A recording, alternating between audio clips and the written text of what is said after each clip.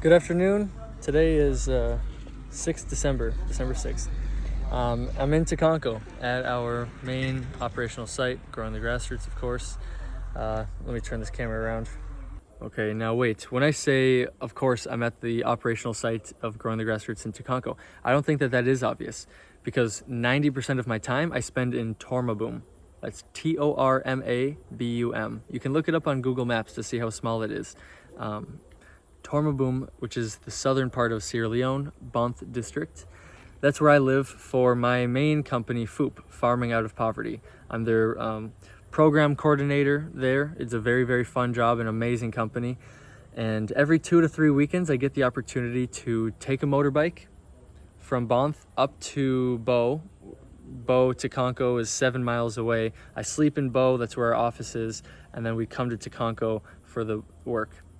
So the farm is in Tikonko, and there, that way, 7 miles is Bo. So it's very, very close. So yeah, I come up every couple of weekends, and basically I get to walk around the farm, and I always come on Saturdays, so I have peace and quiet, and I can just sit and think and look at things for a couple hours. And I'll basically come up with a checklist of items, to-do list items that the team can do over the next few weeks while I'm gone.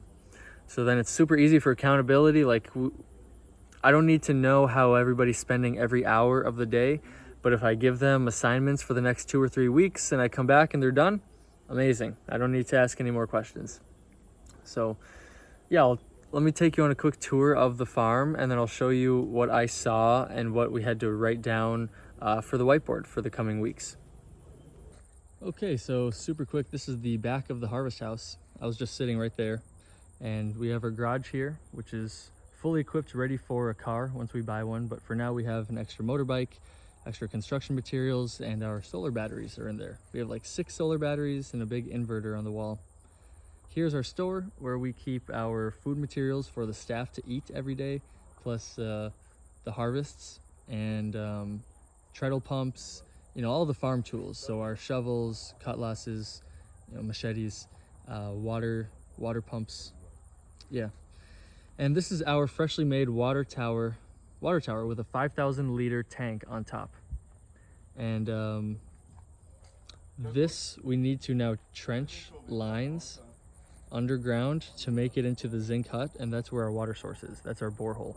But before we do that, before we trench and add the pipes, we need to dig the borehole about 5 meters deeper. Yeah, like 15 feet deeper. Right now it's like 20 meters deep. We're gonna go to like 35 meters deep, because otherwise this borehole will be totally dry by the time the 5,000 liters is full every day. So we gotta increase it. This little zinc thing here, this is our kitchen, where Martha cooks. I'll show you the inside as we pass by it. But yeah, and we have beans in these 2 plots right here. What's kind of exciting is basically this line symbolizes or shows the back 2.5 acres of our farm. And everything going this way is also 2.5 acres. So the place is perfectly 5 acres squared. And we have never really used the back 2.5 acres until now. We're just starting to creep back there. I'm very excited about this because our staff is growing. We have more people to help. And if you caught it before, I said that today's December 6th. And we just planted beans like this last week. So you can see they're just coming up here, and you can see the bean that we planted, right? So we're probably like a month late. We should have planted a month ago, but the idea was this water tower would have already been completed. And I was thinking that we'd be able to use that for the beans this season, but we're not quite done yet. So the team's not gonna plant any more back here because now the dry season is coming. And it's very, very hard. When you're in the upland like this, like you can see the land clearly goes downhill over there. So we're in the upland, and we have a very, very sandy, dry soil with not a lot of nutrients. So water leaves quickly from soil like this.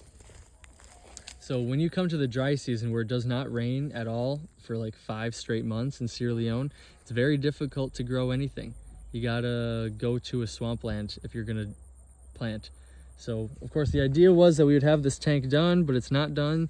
So we're only gonna do these 2 plots of beans. Beans are really hardy in the dry season, but we will need to use our treadle pump with that borehole over there, to irrigate. And we do have the pineapples. That's the only other thing that we have done for development in the back half of the farm to now. So let me show you that. And at the same time as we're going to the pineapples, you can see this massive hole that's starting to be dug in front of me. Our farm team started digging our fish pond just this last week. So we're gonna go 6 feet deep. This is a 20-foot by 20-foot hole, but the final fish pond is gonna be 15-foot by 15-foot. So you gotta give yourself a little bit of room on the edges to work and you know, put in the retaining walls and everything and then fill it back in. And we have the solar light here, which is you know, gonna keep light on it at all times so that we can see thieves. Nobody's coming to catch our fish at night. And here's our pineapples. These ones in this half row, you can see where it's very light in color. From there over, this is all planted just this year. So these ones are very fresh. But these ones, all the other 3 rows, were all planted about a year and a half ago, about 18 months ago now, and we still haven't gotten a fruit from them. But this year, once the rainy season comes again in May 2026, we will get it. We will get it. We're gonna get huge fruits because these pineapple plants are monstrous. It usually takes 2 years to get your first pineapple, but usually the plant could be like as big as that one there. They're not usually this big before you have your first fruit. This is a humongous pineapple plant. That's because they love the way that it's spaced. The 3 plants in 1 row, each plant is 12 inches away from the next one. So this really blocks out weeds. Like you can see, they haven't weeded down here in a long time, but there's almost no weeds on the ground. See that? It's a lot of soil. Not a lot of weeds, not a lot of dominating weeds at least. You see a couple of little small things on the ground, but not heavy consumers. So this is gonna be our one like cash crop where we don't really do much with this besides just sell it straight up and get a good price. And then we can finance our farm work, really. This is sorghum. We grow this for my friend Elmer. Elmer's a missionary. He was born in Nigeria to white parents. His parents are from Indiana, and he's been in Africa his whole life. He's now 70 years old, I think, and unbelievable man. He lent us the cow last season, and now we're planting sorghum for him because he doesn't have any land. So this week we're gonna harvest the seeds for him. As you can see, it's completely ready for seeding. Yeah, and this is groundnuts. Look at this. We'll be ready to harvest this in 1 week and then donate for the school feeding program. And here's some more sorghum from Elmer. Got maize all up here. I don't know if I'll go all the way up there yet. Let me turn back around. We had sweet potatoes here, but I don't know when we harvested these. I would say a month ago. And they never replanted because now that the dry season is here, dry season starts heavy in December. It's almost like clockwork. 1st of December, it's always dry. So yeah, even though there's rain a month ago when they harvested, they can't really replant because if you were to replant, you'd have a ton of water demand now. So we plan on going to the swamp. We're gonna rent some land, about 1.5 acres in the swamp in the coming week here. So once they harvest the groundnuts, harvest the sorghum, harvest the maize, then we're out of this farm for a couple months until the rains come again next May. And this is our whiteboard. This is our main whiteboard where when we have classes for students, like we have this big old space, right? And this is the whiteboard we use for our students. But when I come here, this is when I said I take a few hours here and I look at what needs to be done. I come and I write everything that we should do. So we're gonna go find those 7 plots. That's 1.4 acres for the dry season planting. That's what we'll plant there. Harvest the sorghum, turn compost. Oh, I didn't show you the compost pit. We have a very specific compost pit over here with food waste, animal waste,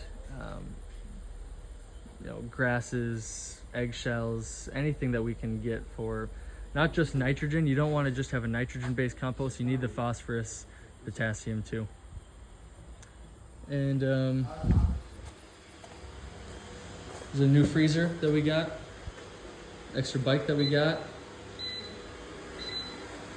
Something started beeping. What's this? Uh-oh.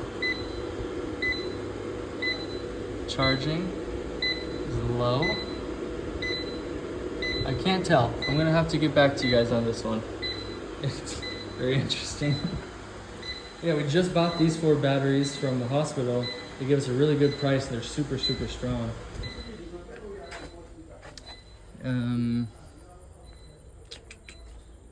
Yeah.